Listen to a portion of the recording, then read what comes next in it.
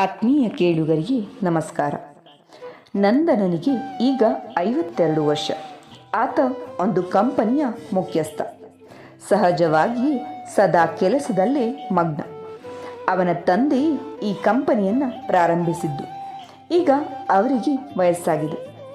ನಂದನನಿಗೆ 108 ಚಿಂತೆಗಳು, ಜವಾಬ್ದಾರಿಗಳು.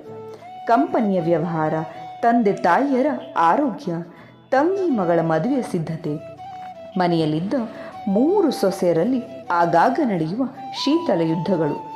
ಹೀಗೆ ಒಂದೇ ಎರಡೇ. ನಂದನನಿಗೆ ಸಮಸ್ಯೆಗಳಿಲ್ಲದ ಒಂದು ಕ್ಷಣವೂ ಇಲ್ಲ ಅನ್ನಿಸ್ತಾ ಇತ್ತು. ಒಂದು ದಿನ ಕಂಪನಿಯ ಮೀಟಿಂಗ್ ನಡೀತಾ ಇದ್ದಾಗ ನಂದನನಿಗೆ ತಲೆ ಸುತ್ತದಂಗಾಯಿತು. ಎಚ್ಚರ ತಪ್ಪಿತು. ತಕ್ಷಣ ಅವನನ್ನು ಒಂದು ಆಸ್ಪತ್ರೆಗೆ ಸೇರಿಸಿದ್ರು. ಅವನಿಗೆ ಎಚ್ಚರ ಬಂದದ್ದು 3 ಗಂಟೆಯ ನಂತರ. ನಂದನನಿಗೆ ತಾನು ಆಸ್ಪತ್ರೆಯಲ್ಲಿ ಯಾಕಿದ್ದೇನೆ ಅನ್ನೋ ಚಿಂತೆಗಿಂತ ಮೀಟಿಂಗಿನಲ್ಲಿ ಆ ದೊಡ್ಡ ವ್ಯಾಪಾರದ ಒಪ್ಪಂದ ಏನಾಯಿತು ಅನ್ನೋ ಚಿಂತೆನೇ ದೊಡ್ಡದಾಗಿತ್ತು. ನಂದನನಿಗೆ ಚಿಕಿತ್ಸೆ ನೀಡುತ್ತಿದ್ದಂತಹ ವೈದ್ಯರು ಬುದ್ಧಿವಂತರು. ಅವರು ಇಂತಹ ಅನೇಕ ರೋಗಿಗಳನ್ನು ಕಂಡವರು. ಒತ್ತಡಕ್ಕೆ ಸಿಲುಕಿಕೊಂಡು ತಾವು ಒತ್ತಡಕ್ಕೆ ಸಿಕ್ಕಿಕೊಂಡಿದ್ದೇವೆ ಎಂಬುದನ್ನು ಕೂಡ ಅರಿಯಲು ಸಮಯವಿಲ್ಲದಿದ್ದಂಥವರು. ನಂದನ ಕೂಡ ಅದೇ ಜಾತಿಗೆ ಸೇರಿದವನು ಅಂತ ಆ ಡಾಕ್ಟ್ರಿಗೆ ತಿಳಿತು. ಅವನನ್ನು ನಿಧಾನವಾಗಿ ಮಾತನಾಡಿಸ್ತಾ ಅವನ ವೈಯಕ್ತಿಕ ವಿವರಗಳನ್ನು ಹೊರತೆಗೆದರು. ಮೊದಲ ಬಾರಿಗೆ ನಂದನ ತನ್ನ ಮನದ ತುಮುಲಗಳನ್ನೆಲ್ಲ ಹೊರಹಾಕದ. ಅದನ್ನೆಲ್ಲ ಕೇಳಿದ ಮೇಲೆ ಡಾಕ್ಟರು, ನಂದನ, ನೀವೀಗ ಹೃದಯ ರೋಗಿ ಎಂಬುದನ್ನು ಅರಿಬೇಕು. ಇದೇ ರೀತಿ ಒತ್ತಡದಲ್ಲಿ ಕೆಲಸವನ್ನು ಮುಂದುವರಿಸಿದರೆ ಬಹಳ ದಿನ ನೀವು ಬದುಕಲಿಕ್ಕೆ ಸಾಧ್ಯವಿಲ್ಲ. ನಾನು ನಿಮಗೊಂದು ಸಲಹೆಯನ್ನು ನೀಡ್ತೇನೆ. ದಿನಾಲು ಸಂಜೆ 6 ಗಂಟೆಗೆ ತಪ್ಪದೆ ತಮ್ಮ ಆಫೀಸಿನಿಂದ ಅದೇ ರಸ್ತೆಯ ಕೊನೆಗಿರುವ ದೇವಸ್ಥಾನದವರೆಗೂ ನಡೆದು ಹೋಗಿ. ಹೃದಯದ ಮೇಲೆ ಯಾವುದೇ ರೀತಿಯಲ್ಲೂ ಒತ್ತಡ ಬೀಳಬಾರ್ದು. ದೇವಸ್ಥಾನ ಮುಟ್ಟಿದ ಮೇಲೆ ಸರಿಯಾಗಿ 10 ನಿಮಿಷ ಕುಳಿತುಕೊಂಡು ವಿಶ್ರಾಂತಿಯನ್ನು ಪಡೆದು ಮತ್ತೆ ಮರಳಿ ಬಂದುಬಿಡಿ. ಅಷ್ಟು ಸಾಕು. ಆದರೆ ಇದನ್ನು ತಪ್ಪದೇ ಸಮಯಕ್ಕೆ ಸರಿಯಾಗಿ ಮಾಡಬೇಕು ಅಂದರು. ಮನಸ್ಸಿಲ್ಲದಿದ್ದರೂ ಅನಿವಾರ್ಯವಾಗಿ ನಂದನ ಒಪ್ಕೊಂಡ. ಮಾರನೇ ದಿನ ನಂದನ ಆಫೀಸ್ನಿಂದ ದೇವಸ್ಥಾನಕ್ಕೆ ಹೊರಟಾಗ ಆತಂಕ ಹೆಚ್ಚಾಗ್ತಾ ಇತ್ತು. ಈ ಅರ್ಧ ಗಂಟೆಯಲ್ಲಿ ಎಷ್ಟೆಲ್ಲ ಕೆಲಸ ಮುಗಿದು ಹೋಗ್ಬಿಟ್ಟಿತ್ತು. ನಡೆಯುತ್ತಿದ್ದರೂ ತಲೆ ತುಂಬ ಕಂಪನಿ, ಮನೆಗಳ ಚಿಂತೆಗಳೇ ಕುಣಿದಾಡುತ್ತಿದ್ದು. ದೇವಸ್ಥಾನ ಮುಟ್ಟಿದ ಮೇಲೆ ತನ್ನ ಮೊಬೈಲ್ನಲ್ಲಿ 10 ನಿಮಿಷಕ್ಕೆ ಅಲಾರಾಮ್ ಇಟ್ಕೊಂಡ. ಮನಸ್ಸು ಈ ಸಮಯ ವ್ಯರ್ಥವಾಗ್ತಾ ಇದೆಯಲ್ಲ ಅಂತ ಕುದೀತಾ ಇತ್ತು. ಆಗ ಒಬ್ಬ ಮುದುಕರು ನಿಧಾನವಾಗಿ ಮೆಟ್ಟಿಲೇರಿ ಬರುತ್ತಾ ಇರೋದನ್ನು ಗಮನಿಸಿದ. ಅಯ್ಯೋ ಪಾಪ, ಅವರು ಮೆಟ್ಟಿಲು ಜಾರಿ ಬಿದ್ದೇ ಬಿಟ್ಟರು. ಅವರ ಕೋಲು ದೂರ ಬಿತ್ತು.